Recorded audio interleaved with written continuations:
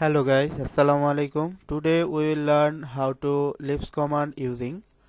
Today we will learn coordinate command in AutoCAD. Just I type in command bar COOR and enter. COOR and then enter. Enter first point. I just click enter first point and second point, then enter start point number.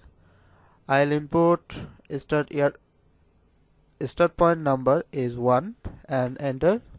Then enter upper left corner of table.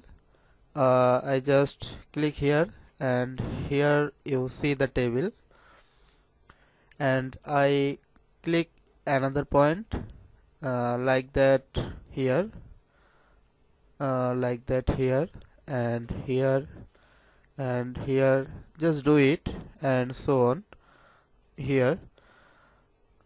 After completing by clicking, and then just click enter, then the table is ready. Point easting northing, and you will see a amazing thing that here point number already named by P1, P2, P3 and P4, P5, P6 so on. You will try it for easting and northing of your desired point. So what are you using on AutoCAD? I just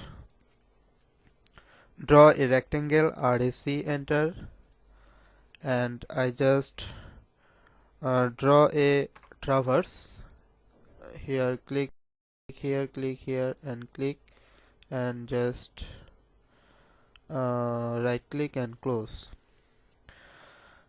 Just I go to command bar and write down APPLOAD, upload, and just enter. Here you see load and unload application, and I will load my ellipse command by desktop. Here coordinate, and I click load. Then you see in below COOR.ISP successfully loaded, and I just close here. I just type COOR, enter, and here first point and second point, then enter start point number. I just click 1, enter, and I click table left corner, and here you see the amazing thing that point easting northing of your desired point. Just I click here and here and here. Just do it and so on. Just here, and if you click another point on your interface, then already pointing and named on easting and northing, I just click enter and completed the table on point easting northing. I already gave you the ellipse command on my drive.